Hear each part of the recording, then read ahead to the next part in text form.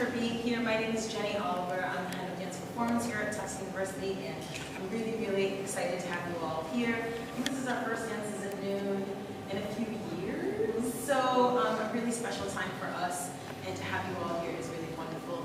A couple things that I just want to share at the top of the house. If there's an emergency and we need to leave, here are the exits. We'll try not to use this one if we don't need to, but it's going to be a second. So the bathroom on this floor is unavailable during the performance, so we just ask that if you need to use the bathroom, that you would go downstairs. Also want to just share, I know there's a lot of students in the room today, so congratulations for being here, good for you. And also, if you're interested in dance more, you can become a dance minor here. We'll give more information about that. And I also want to invite you, everyone in the room, to the fall dance concert in a few weeks, so you can come right back here to this place and see, we have our senior capstones that will be performing. We have Andres and Hannah that are doing theirs this semester, as well as we have a guest artist, Hayden, who's here, the co-director of ASNY, Contemporary Ballet Dance Company, and Jacqueline Wagstaff, who is also going to be creating a piece for the performance. So we'd really love to have you here as part of that. Yeah, we have flyers at the front if you want more information, and I think I'll pass it here. Yes, the performance today will be approximately an hour. Yeah, and we intend to have a little bit of time, if time, for a question and answer at the end. Yeah. And I'll pass it to you. So thank you, everybody. I'm Jacqueline Wagasback, and on behalf of Jenny Oliver, head of dance performance, and Noe Montez, the chair for theater dance and performance studies, we're so happy to welcome you here back in the theater to see Kathak dance and honor our beloved faculty member, Gretchen Hayden. Gretchen has been with us for over 20 years. Woo!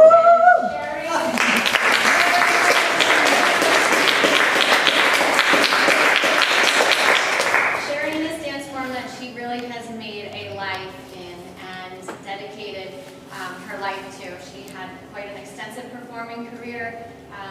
You've shared so much knowledge with so many students here. We're so happy. You have made such an incredible contribution to this program through your teaching and service. So we're thrilled to be able to have your company members and the fantastic musicians that you've invited with us here today. So thank you, Gretchen.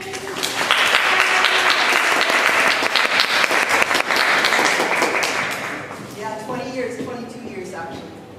Welcome everybody. So this is the first full, so to speak, Kathak solo that's been presented here on campus. I'm delighted. Actually, it's not the first. If I go back 22 years, before I was in the dance program, we presented my Banerjee in Cohen Auditorium. And Meenakshi sitting there is one of my long-term students. She'll remember all the work we did to fill that auditorium with my Banerjee Chitra. So today we're going to present Kathak. This setting is wonderful for a Kathak performance. It's often done in this sort of what we call Kathak style, which is an intimate audience setting. So this is a wonderful space for doing this performance. A couple things about Kathak. Some of you know Kathak well, some of you do not know Kathak. It's one of the several classical dances from India. It's primarily from North India. It comes from the word katha, meaning to tell a story. So the Kathak dancer, what you will experience in this performance is also a little different than a lot of other dance forms, in that the Kathak dancer incorporates talking to the audience in the performance itself. So it may seem like a lecture demonstration in some ways, but this is what a Kathak artist does. They speak to the audience and have an exchange with the audience that's incorporated in the performance. Some of the pieces are fixed. There'll be improvisation called upaj, absolutely necessary to have some improvisation, some edginess in there in a performance. And so, yeah, another element of Kathak is it has a language. You'll hear these spoken syllables that correspond to the sounds of the feet, the movements of the body. Same thing, the drum has its own language. So you'll hear these recited compositions. And another element when we get to the storytelling part of today, or Shefali does, is this what we call, it's in a cultural philosophy called Ardhanarishwara. and it so permeates the art forms of the classical dance forms. It really refers to this element of, on one hand, half God being, half human being united in one, or the masculine and feminine united in one body. This comes into play when we do our stories, because the Kathak dancer, without changing costume, without changing anything, has to change into all different characters. So you become all the different characters when you tell a Kathak story. Okay, so that's a little bit of setting what you're going to experience today. I see wonderful students from my class. Another element you know, teen call. You are welcome to try. Often an audience who knows the rhythmic cycle will keep the cycle, and I challenge you, back there especially, to keep the tall and see if when Shefali does her compositions, can you keep teen call, okay? Just see if that works. So before not before, but right now I'd like to welcome our artists. We are so fortunate they're at the beginning of their tour in the United States. We have Sujata Kumar, who is on doing vocals. She is from one of our students and members of Jayanta Institute of Satyaprakash Mishra.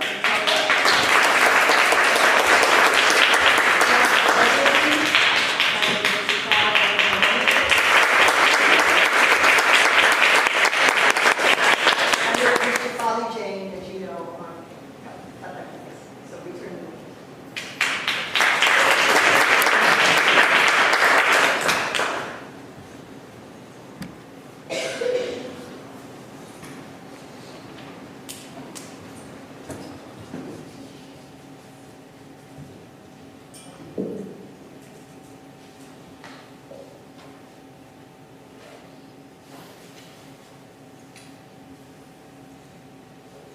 And we are in an educational setting. I'll just mention for context as well.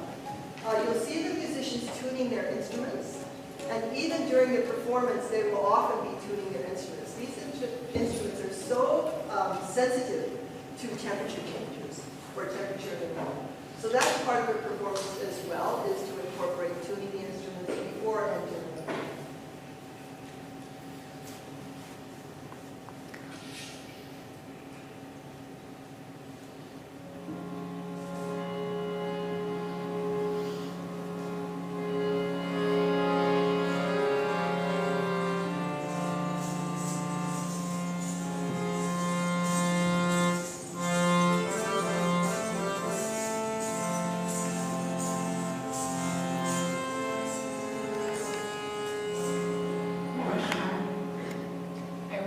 With an invocation to Lord Shiva, the Nakaraj, the cosmic dancer, one who resides in the Himalaya, sitting deep in meditation, covered in ashes.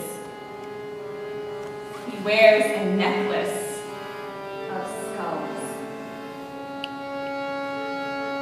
Through his matted hair flows the river Ganga. The moon and the stars are his ornaments. And through his third eye emanates fire, blazing white. With a trident in one hand, a deer in another, he sits with his beloved, the beautiful Banerjee.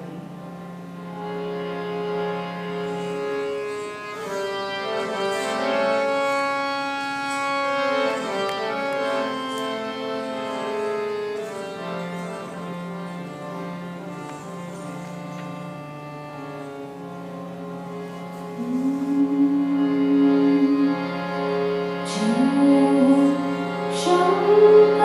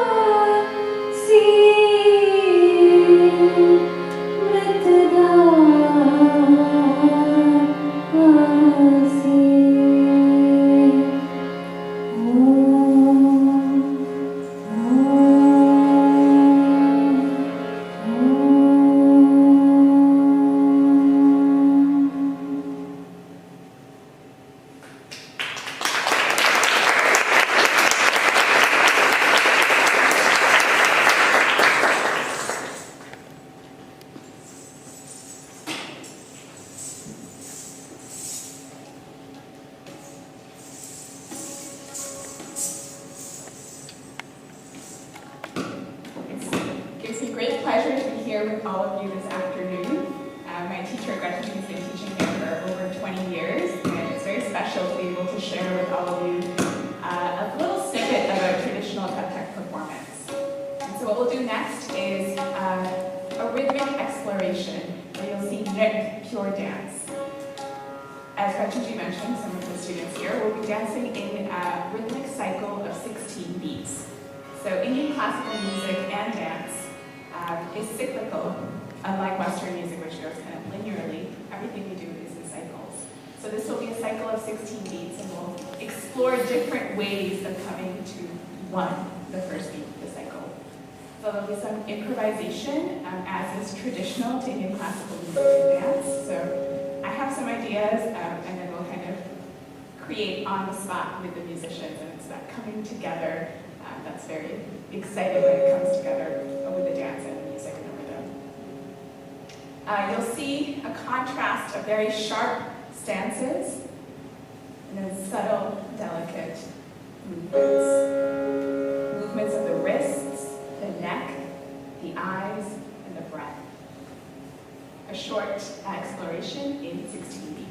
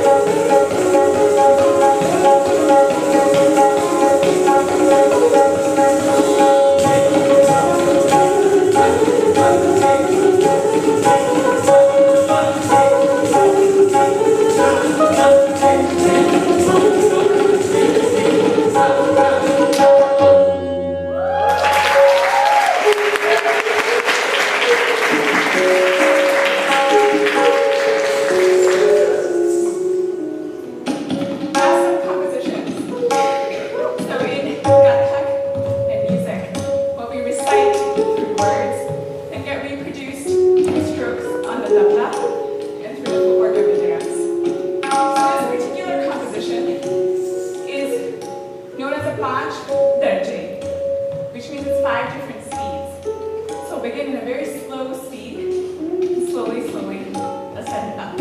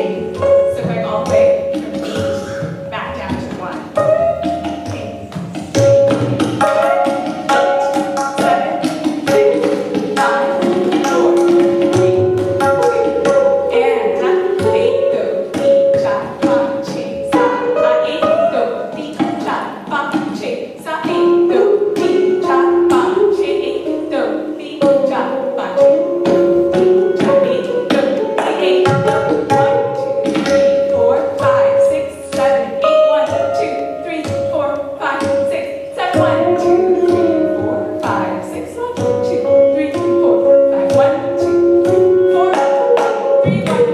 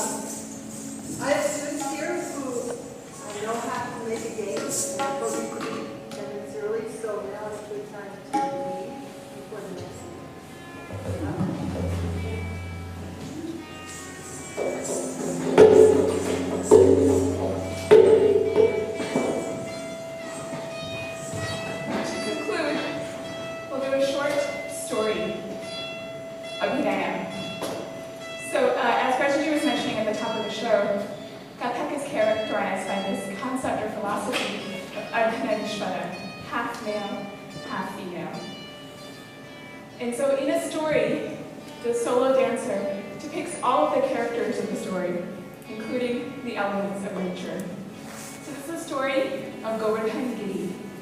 It takes place in the village of Vrindavan in North India. The villagers are all praying to Lord Indra. They're offering fresh flowers, lighting a lantern, a diya, ringing a bell, invoking the energy of Lord Indra, as he's the god of thunder, lightning, rain. Krishna comes to the village, and he sees the villagers and says, "Why are you worshiping this arrogant king?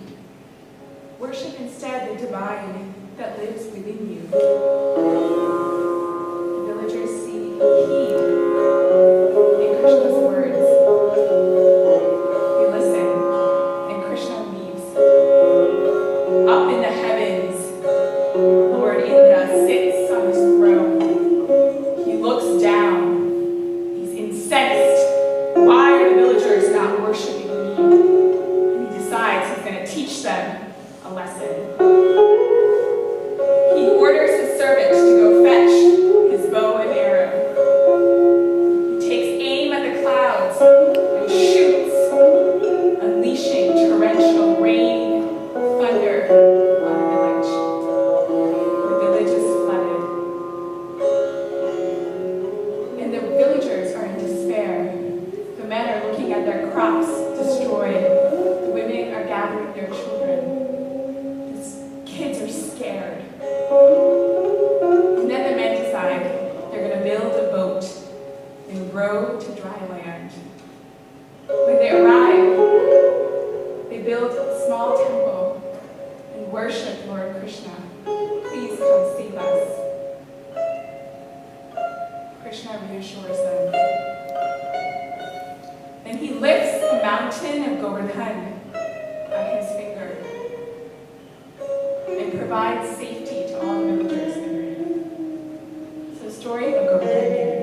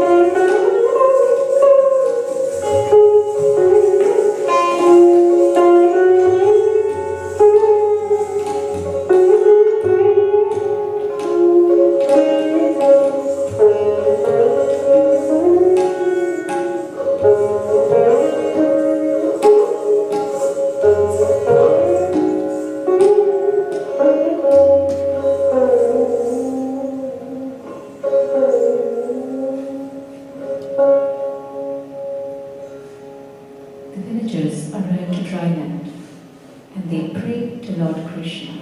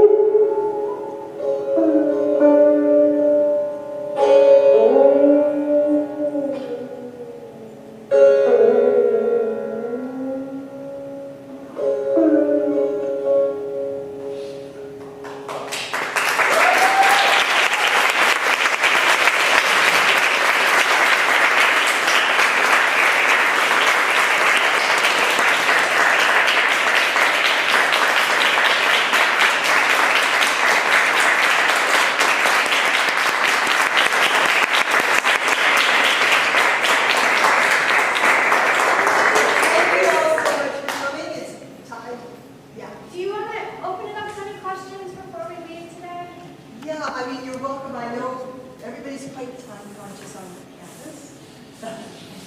But we are here if you have questions, or anybody have any questions on your mind at the moment?